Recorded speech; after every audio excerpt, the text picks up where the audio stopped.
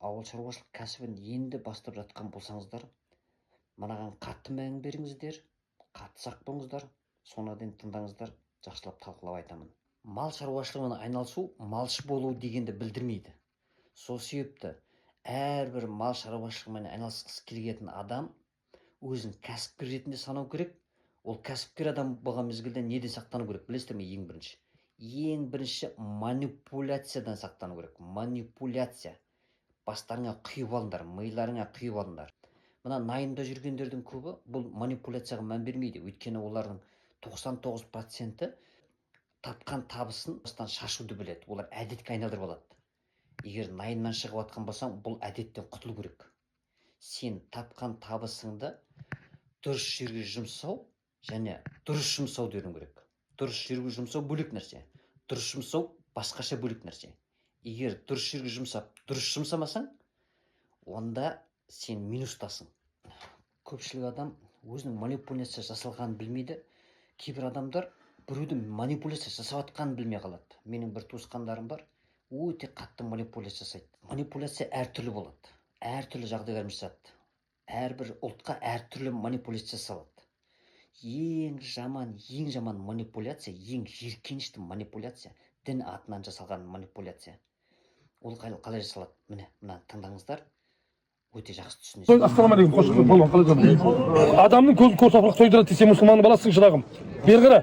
Пайғамбар саллаллаху алейхи ва саллям айтады, адамның дейді, саған емес барлығымызға айтылған, адамның бір сай алтыны болса дейді, екінші сай болса да армандайды дейді, екінші сай болса, үшінші сай болса да армандайды дейді. Адамның көзін көр топырақ тойдырады деген. Сен осыны қанағатте жастың өмірің алды. Берекесін сұра Аллахтан. Аллаху акбар. Мен саудаласып жатырмын деп ойлайды. Саудаласу сонда деп қояды және. Атаңның басы. Пайғамбарымыз саллаллаху алейхи ва саллям сауда жасаған, бірақ бұлай саудаласпаған. Бұлай саудаласу харам. Біреудің өз пайдаңа алу үшін дін атын қолдану ол харам.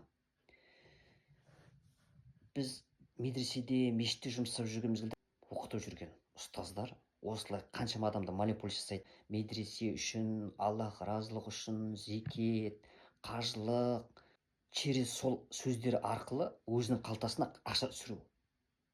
Бұл сөздерді қолдану харам негізі. Иман туралы айт, ақырет туралы айт, Аллахтың құдіреті туралы айт, ешкімге ренжімеу керек, сабырлы болу керек туралы айт, туысқанды қарым-қатынас туралы айт. Бірақ Аллах разылығы үшін садақа, зекет деп өз пайдаларыңды ойлап сондай уағыз айту ол дұрыс емес. Ол манипуляция. Егер өздерің білмей жүрген болсаңдар, естеріңе салып қояйын. Сендер бұндай нәрсені қолданбаңдар ешқашан. Бұндай нәрсені қолданды ма, сразу шекара қойып тастаңдар. Сразу крест қойыңдар бұндай нәрселерге. Дін қызметінде жүрген мезгілде бұндай нәрсені қолданған жоқпын. Бұл өте жиіркенішті болатын мен үшін. Көп ата-ана білмейді. Сен маған бағынатын болсаң, Аллах разы болады деп манипуляция жасайды балдарына. Ол дұрыс емес. Күйеулері әйелдеріне айтады, мен разы болмасам, Аллах разы болмайды деп әйелдерін қорқытады. Бұл да манипуляция. Бұл дұрыс емес. Әке-шеше дұрыс тәрбие беретін болса баласына, ол бала міндетті түрде сені сыйлайды. Сен әке мен шеше болсаң дұрыс. Аузына келген былықпай, сөздерді айтпай, дұрыс сөйлесең, дұрыс тұрсаң, жүріс-тұрысың дұрыс болса, іс-әрекетіңе қарап бағалайды. Сен еркек болсаң, дұрыс қамқоршы бола білсең, семьяңа дұрыс қарай білсең, оларды қорғаштай білсең, сен күйеу ретінде әйелі оны сыйлайды. Ондай сөзді қолдану қажет жоқ. Ондай сөзді кім қолданады? Өздерін лайықты емес адамдар қолданады. Өзін сондайға лайықты санау үшін.